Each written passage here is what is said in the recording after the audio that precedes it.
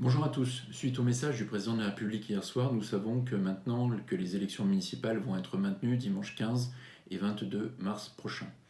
J'ai décidé de limiter mes actions dans le cadre de la liste Agissons ensemble pour la Garenne au strict minimum pour finir cette campagne.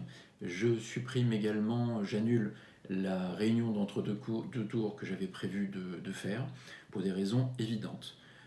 Pour pouvoir voter en toute sécurité, et vous pourrez voter en toute sécurité dimanche prochain, un certain nombre de choses vont être mises en place par les services du gouvernement et les services de la mairie, notamment la possibilité que vous puissiez venir avec un stylo personnel, un nettoyage des isoloirs, une distance d'1 mètre devra être respectée, et la possibilité d'un point d'eau et d'un gel hydroalcoolique vous permettant de vous laver les mains.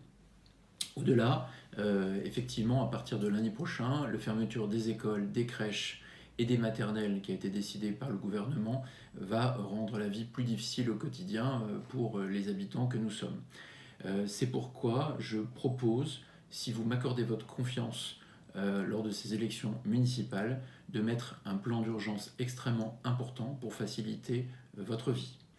Les volets pourraient être les suivants: la possibilité pour le personnel de la mairie d'être payé en totalité, le recours le plus possible au travail, au télétravail, que les prestations qui soient prélevées sur vos comptes en ce qui concerne les cantines, les crèches et autres puissent vous être remboursées le plus rapidement possible. Concernant le personnel médical qui a des enfants à la Garenne, il faudrait que la mairie puisse proposer, et je le proposerai, un service de garde leur permettant d'assurer leur rôle et qu'ils puissent être présents là où on a besoin d'eux. Concernant les commerçants, en cas de baisse de chiffre d'affaires, je propose qu'une exonération leur soit accordée. Pour des raisons de conflit d'intérêts, pour le commerce dont je suis associé, il est évident que je ne pourrai pas bénéficier de cette mesure et que je ne souhaite pas en bénéficier. Enfin, pour les personnes qui sont confinées, qui ne pourront pas sortir de chez eux, la mairie devra, de mon point de vue, mettre en place un système de distribution de repas leur permettant d'assurer leur quotidien. La mairie est un échelon extrêmement important, un échelon de proximité et de solidarité pour tous.